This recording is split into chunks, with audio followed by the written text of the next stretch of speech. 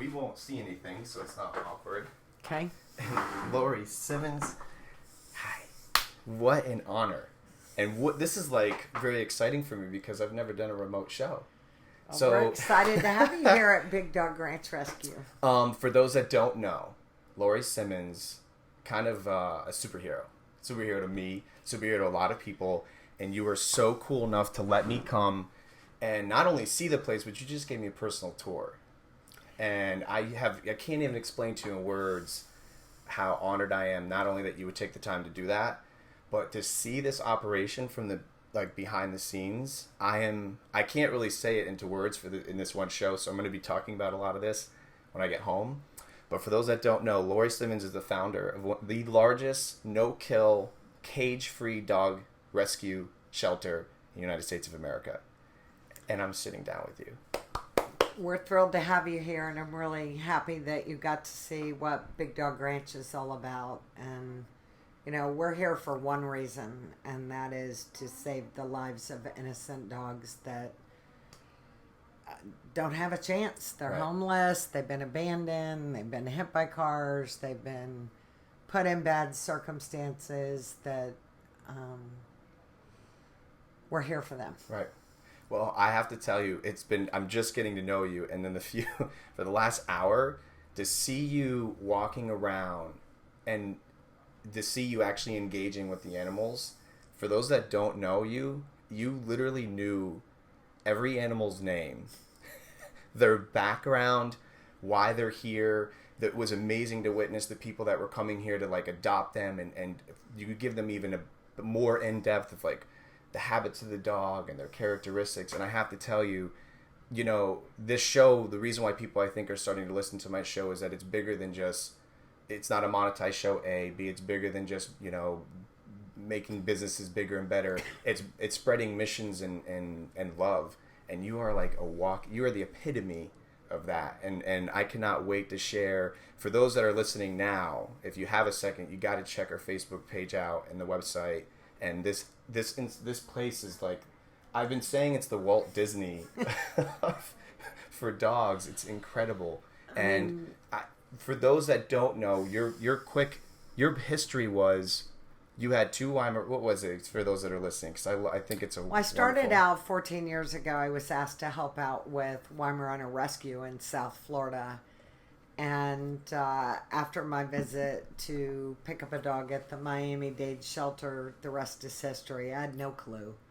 I was 46 years old. Now I'm telling my age. And I had no clue how many incredible, wonderful family pets were dying in shelters. And strictly because there weren't enough homes for them. And how many short deadlines these dogs are given at county shelters throughout the Southeast. And it's just sad, and it doesn't need to happen. And I walked into that shelter and cried for days and said, I need to do something about this. So pretty much the next chapter of my life has been trying to save more and more, trying to educate people that a shelter dog is not a bad dog. It's strictly a dog without a home. Right. And people need to understand that whatever you want, from a Chihuahua to a Great Dane or a mix or anything in between, they're here. They're sitting at a shelter with a dot on their head with a timeline. And, you know, that's why we're here. Right. To give them a place to stay and give them love and treat their medical conditions and give them a home until they can find their own forever home. Right. I think, once again, there's so much to digest that I for those that know me personally, when I get home, they have no idea. I apologize in advance because you're going to be in my dialogue quite a bit, because rescuing animals is very special to me to begin with. But what you're doing, it's not only giving them a place to be, but just the story you just shared with me. You guys don't know this yet, but she just walked around me. We went to one particular home, basically, for this puppy cabin. We went to a puppy cabin, and you met Vaquita. Yes, and she had been through hell and high water, and you not only take the time but raise the funds and had this dog actually a surgery that could have cost in the upwards of $15,000+ safe to say, and you not only fixed the dog, but in the interim of saving the dog's life, found out that it was pregnant, had 7 puppies, and now you have her and her puppies, and I don't know. Like I said, I just can't even put. She is an amazing story. She was dumped in an office park down in Miami Gardens, and everybody in the office park, the different big businesses, would throw their extra lunch out on her, but nobody did anything for this poor sweet dog that was at their doorsteps every day. And one day she was hit by a car, and people just drove by. And this one gentleman that worked at the office park just sat there and watched for half an hour to see if anybody was going to do anything for this dog laying on the side of the road, and nobody did. So he picked her up, put her in his car, took her in his office, and started calling rescues. He said he had called 19 rescues, and everybody said, no, sorry, we can't take her, and he got a hold of us. He had also called the Miami-Dade Animal Services, and they said, well, with her being injured, she's just, you can bring her in, but they'll euthanize her. And he wasn't going to accept that. Right. And this kind soul was heartbroken on the phone for this sweet dog that he had seen in the office park for better part of a month. And I told him to bring her up, and little did I know she was paralyzed from the waist down. And we took her to the orthopedic surgeon, and he said, this is Dr. Latimer, who fixes all our broken bones and really helps us out a lot at a discounted rate up in Jupiter. And he said, Lauree, this is beyond me. He said, she's got a total broken back, and her spinal nerves have been affected, and sent us down to Dr. Reese down in Boynton at the veterinary neurology clinic. And we had a 50-50 shot with the surgery of her being able to feel her hind end again. But Dr. Reese was confident he could make it happen, and he did. He did an outstanding job and gave us a really big discount, knowing we were rescue. And that was during that process. $5,000 is a lot to put into just one dog's surgery. And you didn't know she was pregnant then. That's what's crazy about the whole thing. Had no clue. She was probably 2-3 weeks pregnant. She was, very skinny. And like I said, being fed scraps from the office park employees. And she made it through the surgery, and we weren't sure if she was, what the outcome was going to be. But she walks like a champ. She feels everything on her hind end. She was so happy and proud to see you too. So she was gaining weight, but we attributed that to the fact that she was on cage rest. She had very limited mobility. We could only put a harness on her and walk her 4 times a day. They didn't want her doing any exercise. So we thought, okay, she's gaining weight because she's getting fed and limited mobility. And all of a sudden, her little nipples popped out, and we went, oh no, she's pregnant. And we weren't real sure what was going to be of the puppies, because she had experienced a 9.5-hour surgery when she was probably 2-3 weeks pregnant. But she had 7 beautiful puppies, and they're all fat little roly-polies, and she's a great mommy, and we were worried what the delivery was going to do to her back, but she's fine. I saw her. Now, I know your time's really limited, and I got so much I want to share with the audience, but I want you to know something, that I want to be able to bring a better message to those that are contemplating getting an animal, specifically a dog. Please stop buying animals. Now, there's nothing. I understand those puppies need a home too, and I know that there's probably going to be a lot of moons are going to pass until that starts to maybe phase out.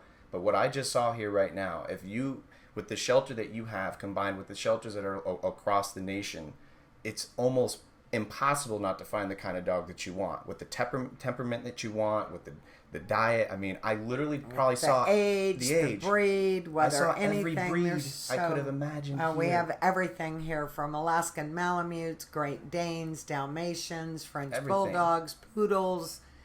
I mean, and everything, and all the mixed breeds are great. People Right. should not toss out the idea of getting a mixed breed because honestly, they have less health problems. You know, there's so many benefits to having a mixed breed Right. because you don't have all those genetics that inherit with one breed. They're healthier, they live longer. But whatever you want, from a Chihuahua, a Poodle, to a Great Dane, and everything in Right. between, adopt from a rescue, adopt from a shelter. There's so many lives that are being put to sleep every single day all over this country. Right. And especially in the Southeast. Right. And it is just heartbreaking. And if we don't Right. Spread the message. spread the message, and these people keep buying from pet stores and from breeders, we're never going to cut off the supply. And, you know, we have to cut off the demand for them to stop breeding.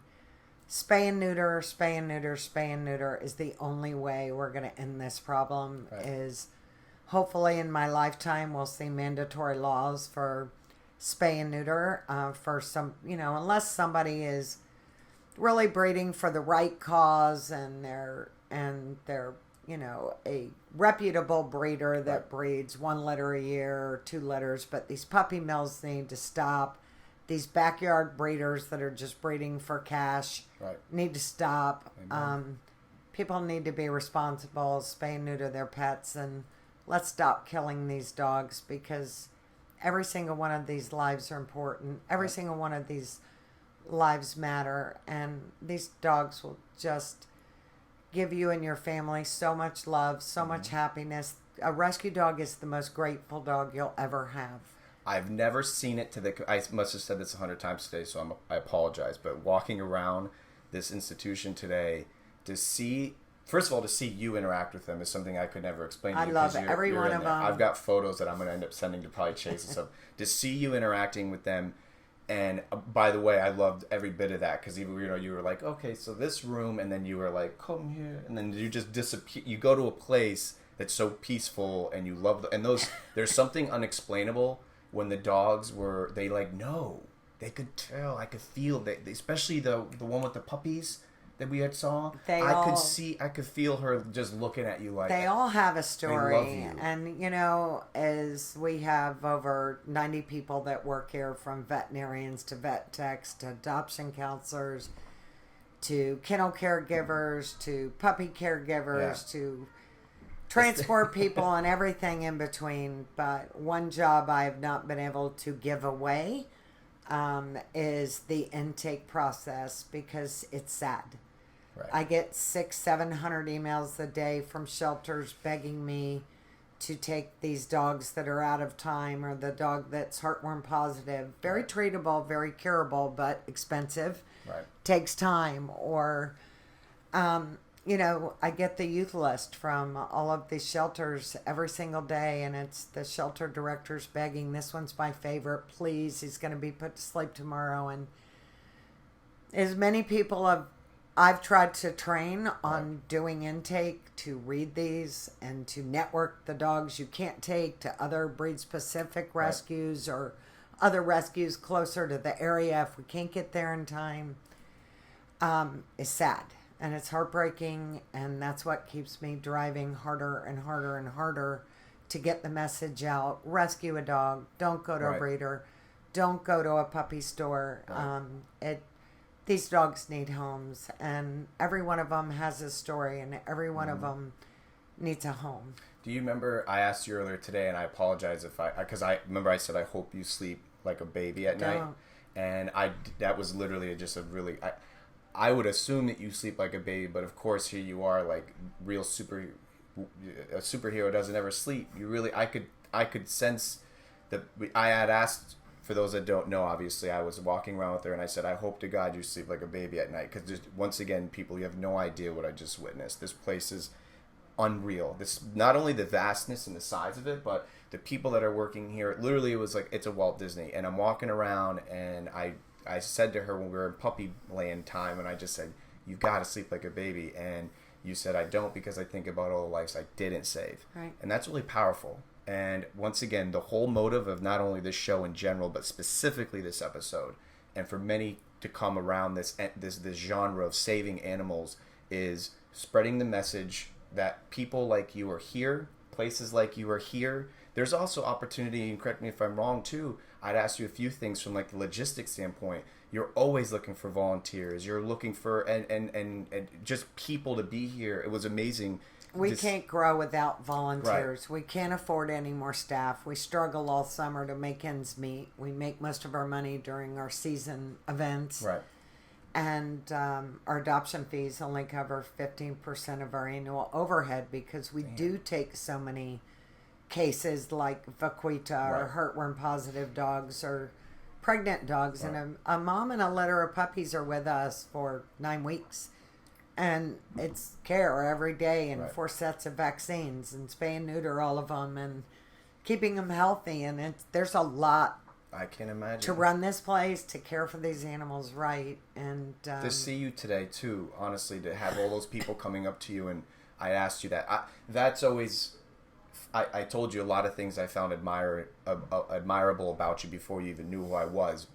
The China story, the dogs you rescued from China, that's another monster in itself. And all the things you're doing, not only for the individual animal, but for these groups of animals that you're rescuing.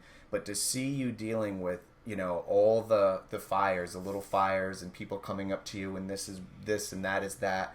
To see you just execute and to deal with it is something that I can't say thank you enough for. Because once again, I'm going to do everything in my damnedest to help spread what you guys are doing. I can multitask pretty well, Yes, but I used to run a high-end construction business, high-end home building business, an interior design firm that were my husband's and my building company and my own interior design firm, and I might have 700 subs working on different jobs that you're managing and 9 interior designers and had 5 drafting people. So I'm used to multitasking. Right. The difference is, yes, I loved what I did for my clients and the beautiful homes that came out of that. The difference here is life or death. Mm-hmm. So if you don't do your job well here, if you're not doing what you need to do, you're not getting these dogs into homes quick enough where you can save more. Because like I said, the youth list I get every day from 600 shelters, you want to do so much more because they want you to save their animals. These shelters... Oh, they're still... I thought these were already ones that had been put these down. county shelters don't want to kill them. The majority of them don't want to kill their animals. You get that list every day? They want to save their animals, but you've got 100 coming in a county shelter in Georgia a week, and you've got 20 adopters or no adoption program because the county doesn't give you funds to even have a vet there, to have an adoption program. Rescue's their only way out. And, Miami-Dade probably gets 400 animals a week coming in there. So Palm Beach County, gets a ton coming in. So if we're not getting them out and the shelters are overcrowded, they only have so much capacity. Right. They really don't want to kill the animals, but they don't have a choice because they have so much space and so much time. So we bring them here, we give them time, get them healthy. Yeah. And you're growing too, for those that are listening. We're growing, but we can't grow without volunteers. Right. We need to have 40 volunteers here every day on the schedule to help our staff because there's no way we can afford more staff than we have. Right. So volunteers are key. Spreading the word. And for those that are listening too, it's not always... You had some fun volunteer things. You had people that are coming and just loving on puppies. So, I mean, if you like puppies... and you're near around this area, which, by the way, it only took me like 3 hours to get here. It wasn't that bad. So anybody back in my hometown, and you want to be some puppies, you want to go see I told you this. My wife was more excited to come here than the last 3 trips we've been on the last 6 months. She was like, oh my God. It is amazing to see. And correct me if I'm wrong, Lauree. You welcome that. Let people come and see. We want everybody here. We're a destination. We want to show the need. We want to show what we've created. Here is something very different than going into a normal shelter. So many people would say to me, I can't go to a shelter. It's too sad. I can't look at them. I want to take them all home. It's too sad. It makes me cry. Big Dog Ranch Rescue does not make you cry. It's a happy place. The dogs live in 12 by 12, cage-free, air-conditioned, mirrored bunk Beautiful. rooms. You open the door out of their rooms, they go out half-acre play yards with pools. Each mom and litter of puppies has their own cabin and their own 12 by 20 play yard with synthetic turf. They're loved on here. They're cared for. It's a happy place to bring your family. It's a destination for dog lovers. And we want to let everybody know a shelter dog is not a bad dog. It's a dog that needs a home. Please come see the facility. Please come spread the word. We hope other shelters that are built in the United States, model after this instead of dogs stacked in cages and dogs in small kennels. The dogs live comfortably. And Very so comfortably. we wanted to set a different standard for rescued animal care. And like I said, a happy place to bring your family, come adopt a dog. I think you said something come really volunteer. If you can't do any of that, Right. donate. Every Donate. dollar raised is another dog saved. And it's honestly, for those, once again, when you have a minute, check out the Facebook and our website. And also after this show, I'll be posting videos and imagery. Literally, your playground areas are all turfed.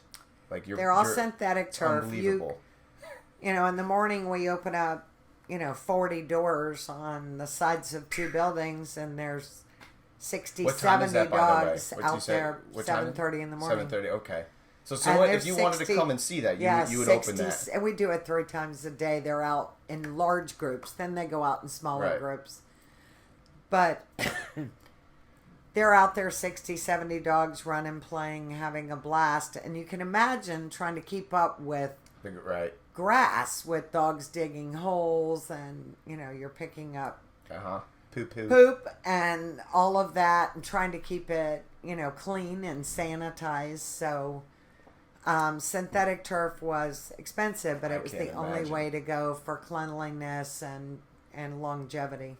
Well, let's do this too. So where we're at now, I've gotten to catch you at such a unique time where this place is, because you're expanding, you're growing. You've got this as we speak right now. We're about to finish phase 1. Amazing. We just opened up our full state-of-the-art veterinary clinic 6 months ago. Next is our visitor center will be finished. And then our next building that we break ground on is our veteran dog training center. Amazing. So some of these dogs have the most incredible personalities and are the right fit to be trained for service dogs for veterans.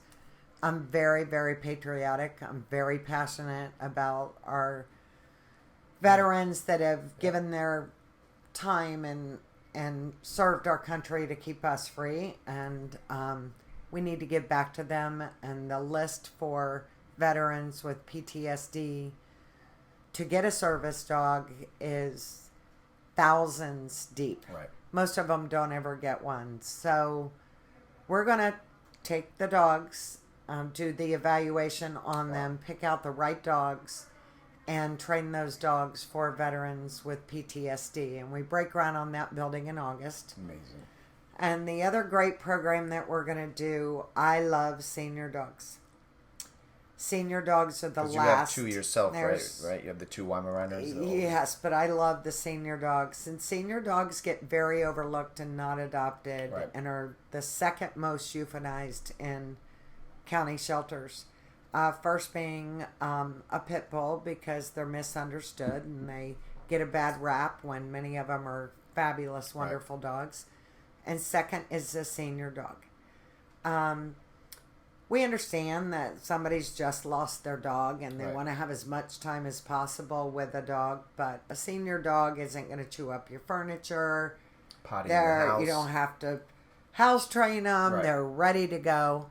But what we found is that a senior citizen that lives alone or doesn't have any companionship does so much better mentally, health-wise, lives longer, has a reason to get out of bed in the morning if they have a dog to feed, a dog to walk, has companionship of a dog sitting on the couch beside them. And that's really all a senior dog wants to do. It wants to be with somebody, hang out with you. You don't have to exercise it Right. 5 times a day, 2 walks a day for a little bit to go outside and go potty. So we are starting our Senior for Senior program this year, I love it. which will allow me to save more of the senior dogs Right. and get them into homes. And we'll support the people. Let's say they don't drive anymore, but Right. they're perfectly capable of Taking feeding a us on, dog, taking it for a walk, and if the dog needs vet care, we'll come pick up the dog and bring it back to our clinic for vet care if they can't afford vet care, can't get it to the vet. If they can't afford food for the dog, we'll supply their dog food. But this will allow me to save the senior The older dogs ones. and help the senior citizens that are When's- lonely and need companionship. When's this start? We're just starting the program right now. So It's like doesn't end. This is unbelievable. any way to save Before any I way to forget save the dogs the and vet help thing the too, people. though, I didn't want to. Before we forget, the veterinarian office, correct me if I'm wrong, is open now to just it's a consumer base. You don't have. It's not a. Our vet clinic yeah. is not open to the public. Oh, it's not. My It apologies. will Okay. be once we will open it first to our past adopters Okay. and our local area. As soon as we get the visitor center finished Okay. and we can move our adoption counselors I out see. of the front of the vet clinic, Right. then we'll I open the got vet you. clinic. But and that's going to be great for people to know too. Yes. Because once again, walking around this institution was like, wow, like the facilities is brand new and all the equipment that you had and the surgery. I got to see a surgery almost about to be taking place. I mean, Yeah, they let we me do see about 20, everything. 25 spay neuters every single day. And if you're coming down to adopt a dog, this is the process. And at any point, let me know if I'm off. But this is what I got. You got these beautiful buildings that are all brand new, and you walk down these hallways, and each room has been kind of sponsored by a family or whatever it is. So every room has this like awesome mural painted by artists. Right. And then there's the dogs in there. And on the the outside dogs. are these hot sheets of the dog's name, their tendencies, who they are, like a picture of them, etc., etc. Their And every single one age, of them, everything. their demeanors are so chill, which means that they're happy as they get, and they're probably tired. They're just happy played. because they're exercised a lot. They're So running and playing, and they're Walk not, down this hallway, and there they are, boom, boom, boom, and it's beautiful, so spacious, amazing. Doesn't even smell. It's not creepy. It's not sad. And you walk down the hallways, and then once you got an eye on one or two of them, one of their volunteers or one of their people that work here bring you to this other beautiful elaborate. I feel like you're Our like meet and greet it's like a program. Disney area. It's amazing, and they bring the dogs out, and you're able to kind of chill. And it was awesome to see it. I saw the couple. They had a couple of them. And now you also, if you wanted to, you have viewing area where the dogs can't see you, but you can see the dogs in their natural environment, play yard. how they're playing, and maybe their demeanor, etc. So like you said, that I want to really emphasize on is that this really is not a sad place. I honestly don't know if I'm going to be able to get Camille out of here, to be honest with you. It's a different kind of rescue. Unbelievable. And for those that are involved in rescues or those that are maybe starting one, this is gotta be and once again I keep using Disney, but this is the apex of what I think a shelter should be based off of, and I mean that sincerely. And we hope the movement goes that way for people building new shelters. Many other people that are Right. designing and building new shelters. If you've got the land, we're very spread out here. We have 33 acres, and we've only used like 12 so far. But this could easily be done on a smaller scale in Right. 3-4 acres. And just the cage free, the natural environment, Right. the opening up the rooms to actual play yards, the socialization of the dogs where they're not barking in little kennels, and Right. it's just a different So different. way of rescuing. And I must have and said we, it like we 10 do hope a lot of new facilities Right. will follow this lead because it's way healthier Right. mentally for the animals. And So I was going to ask you that if people are interested, for those that even the ones that I work with back home, if they are interested for some tips and advice, I'm obviously always awesome. there can't be enough of us out there Yeah. rescuing. We Amen, actually sister. formed a coalition Okay. after the hurricanes for Puerto Rico and for the U.S. Virgin Islands, and invited many reputable rescues we know that are no-kill, that do a great job with their animals, to join us. And we formed a coalition for animal welfare after the hurricanes, and one of them actually is up in your area that we worked with that came and joined our team was Pet Alliance, and Kathy was awesome, and I was flying in 30 a week from Puerto Rico for us and 30 for her, and so rescues working together and learning from each other and educating. There can't be enough of us, and together we're stronger. Amen. Well, let's do this too, because I know we got this coming up June 1st.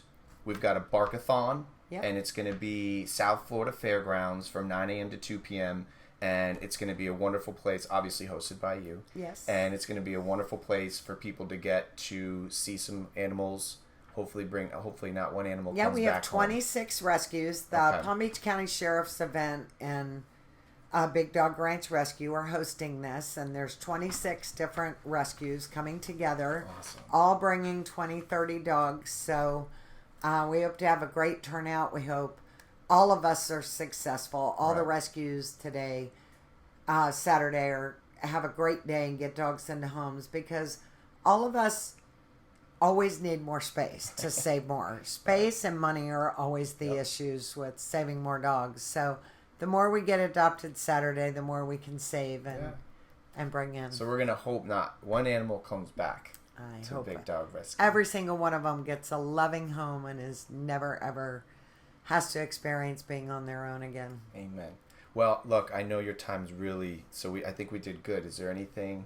Did you like it? I want to thank you for coming. I want to thank you for learning about Big Dog Ranch, and hopefully you can spread the word and help us save more lives. This is all about educating and saving more lives. So 100%. So those that are listening, I will be posting way more photos and videos that I probably should afterwards of this wonderful place that you have here. And once again, I'm honored and flattered that you would take the time to not only let me see it, but you showed me around, and to see you in your element was amazing. So thank you so much. And I have everything on the Facebook. So I think the website, right? I have everything that people need to know. You can go to our website at bdrr.org. And we have plenty of photos, plenty of videos on the website, and donations. Adopt, don't shop. I love it. Thank you. Thank you. I'll just hit this.